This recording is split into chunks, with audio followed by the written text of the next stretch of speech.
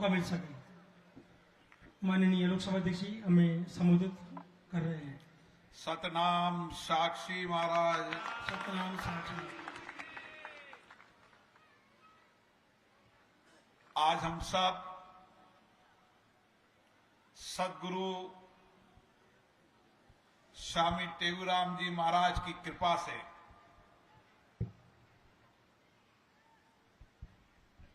स्वामी सर्वानंद जी महाराज की कृपा से,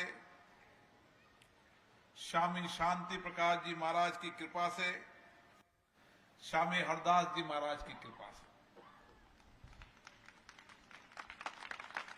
इन सभी संतों ने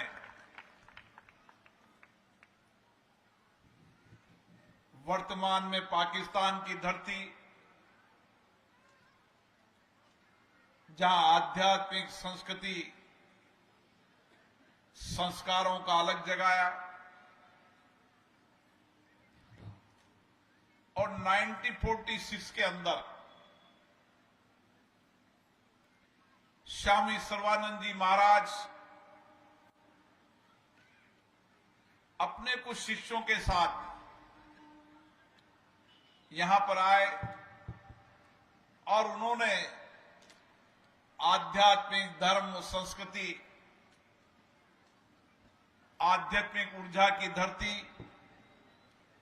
गंगा मां की ये पवित्र धरती, वहां एक छोटा सा आश्रम बनाया।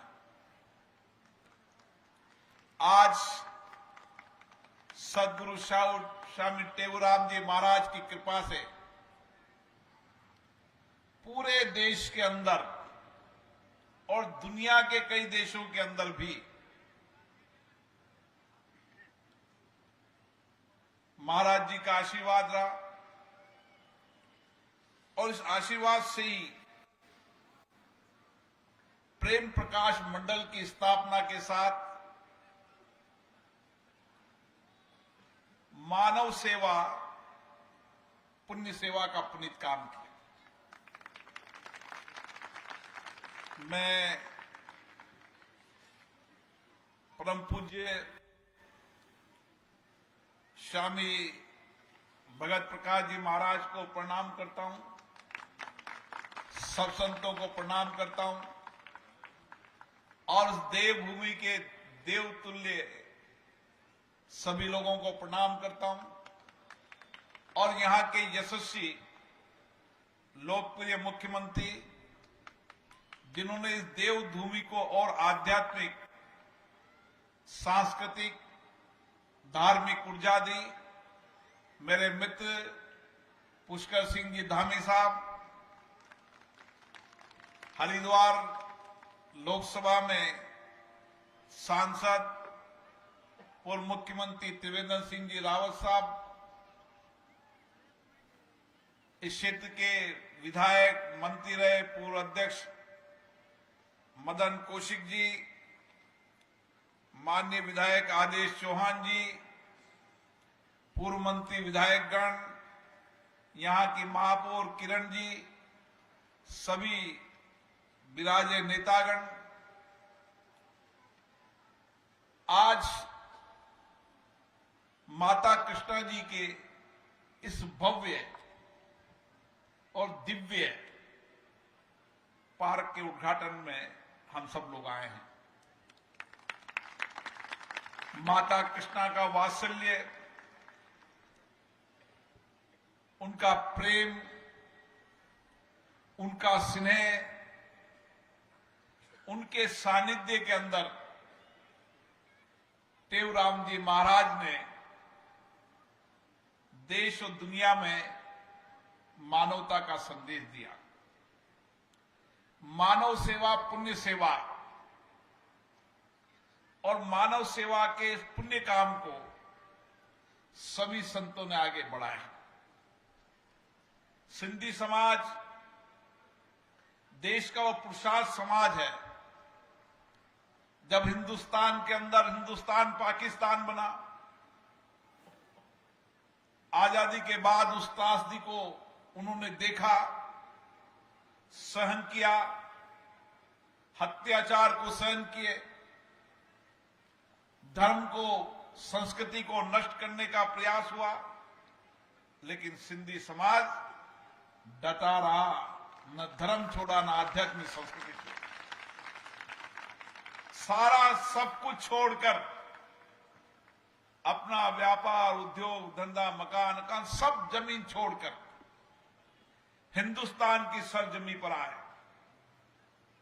लेकिन एक ऐसा समाज है जिसने पुरुषार्थ से, मेहनत से, कठिन परिश्रम से इस धरती पर व्यापार, उद्योग के क्षेत्र में नई दिशा देने का काम किया। सिंधी समाज एक ऐसा पुरुषार्थ समाज है जिसने कभी भीख मांगकर अन्न नहीं खाया, लेकिन हर भूखे को भोजन करने का काम सिंधी समाज ने किया। और आज भी अन्न भंडार के रूप में आप देश में किसी भी कोने में चले जाओ, अन्न भंडार के रूप में सिंधी समाज ने हर भूखे व्यक्ति को भोजन कराने का काम किया। गरीब व्यक्ति की चिकित्सा, अन्न, महिलाओं, बच्चियों की शिक्षा, उनको पुरुषार्थ से काम करने में सहयोग, ये सिंधी समाज की संस्कृति और संस्कार रहे हैं। और ये संस्कृति संस्कार कहां से आए? माता कृष्णा जी के वात्सल्य से आए, उनके प्रेम से आए, उनके सानिध्य से। टेऊराम महाराज की मानव सेवा, पुण्य सेवा, मानव सेवा के लिए उन्होंने पूरे जीवन को समर्पित कर दिया। कठिन चुनौतियां थी, लेकिन उस सारी चुनौतियों के बाद भी उन्होंने धर्म, आध्यात्मिक संस्कृति व दिव्य ज्योति चलाई। आज पूरी देश और दुनिया के अंदर सिंधी समाज मानव सेवा के पुण्य को काम करता है। ये टेऊराम जी महाराज, स्वामी सर्वानंद जी महाराज की कृपा थी, जिनके संस्कार, विचार, आध्यात्मिक कार्य के कारण सिंधी समाज देश ने दुनिया के अंदर किसी भी तरह चले जाए। मैं दुनिया के कई देशों में जाता हूं, दुनिया के उन देशों के अंदर भी आपदा हो, संकट हो, विपत्ति हो, सेवा का काम हो, एक सिंधी परिवार रहता है, वह भी सेवा का काम करता है। जब मैं दूर दराज के बहुत अमेरिका से भी आगे में गया तो मैंने एक बिल्डिंग को देखा। मेरे मन में आया कि यहां सब छोटे मकान, बिल्डिंग किसकी है? कि मल्टी स्टोरी स्टोर है। मेरे मन में जिज्ञासा जागी किसका है, तो पता चला सिंधी समाज का है। और केवल व्यापार ही नहीं किया, उन्होंने कहा कि हमारे हर आपदा, संकट, कोविड के समय ये एक परिवार है जिसने जितना धन कमाया था सब समाज को देने का, पुण्य का काम किया। ये संस्कार सिंधी समाज के। और हम आज देख रहे हैं यहां पर, चाहे घाट हो, चाहे उद्यान हो, चाहे 100 से ज्यादा देश प्रदेश के अंदर आश्रम हो, जयपुर में आप चले जाएं, MI रोड जैसे स्थान पर हर भूखे को 24 घंटे भोजन करने का काम चलता है। तो अमरापुर स्तर पर चलता है, हमारे कोटा में चलता है। देश में जहां भी आश्रम है, उन आश्रम में सेवा का काम, मानवीय सेवा का काम, पुण्य का सेवा का काम। अभी मदन जी बता रहे थे कि सबसे बढ़िया घाट अगर बना है तो स्वामी सर्वानंद घाट है। सबसे अच्छा उद्यान बना है तो माता कृष्णा का उद्यान। ये उद्यान, ये घाट, ये आश्रम सब मानवीय सेवा के पुण्य के काम है। मैं स्वामी भगत जी महाराज को, जो हमेशा सेवा में लगे रहते हैं, जो जहां भी जाए, कभी उनका अगर मैसेज आता है तो सेवा के लिए आए, घाट बना दो, धर्मशाला बना दो, उद्यान बना दो, भूखे को भोजन। मुझे आशा है कि सिंधी समाज के ये संस्कार, ये कार्य संस्कृति, ये विचार, ये धर्म, आध्यात्मिक के प्रति उनका विश्वास, भरोसा, भारत की देव संस्कृति को आगे बढ़ाएंगे। और मुझे खुशी है कि इस राज्य के मुख्यमंत्री जी ने इस देवभूमि की आध्यात्मिक ऊर्जा को और तेज किया है। चार धाम की यात्रा हो, सहज हो, सरल हो, उसके लिए प्रयास है। गंगा की अविरल धारा हो, स्वच्छ गंगा हो, उसके लिए प्रयास है। ऐसे बहुत सारे प्रयास किए हैं। जब 2027 में जब महाकुंभ होगा,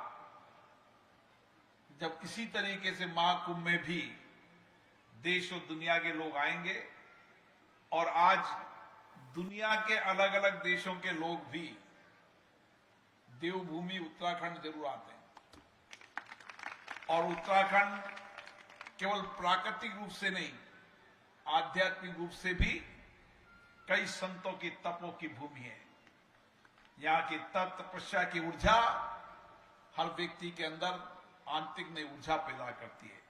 मुझे आशा है जो व्यक्ति भी यहां पर आएगा, माता कृष्णा जी के उद्यान में माता जी के वात्सल्य प्रेम, उनके गीत, उनके भजन, उन्होंने जो वात्सल्य प्रेम के साथ टेऊराम जी महाराज और कई संतों को जो सानिध्य गया, उसके जीवन दर्शन को पढ़कर उनको भी प्रेरणा मिलेगी।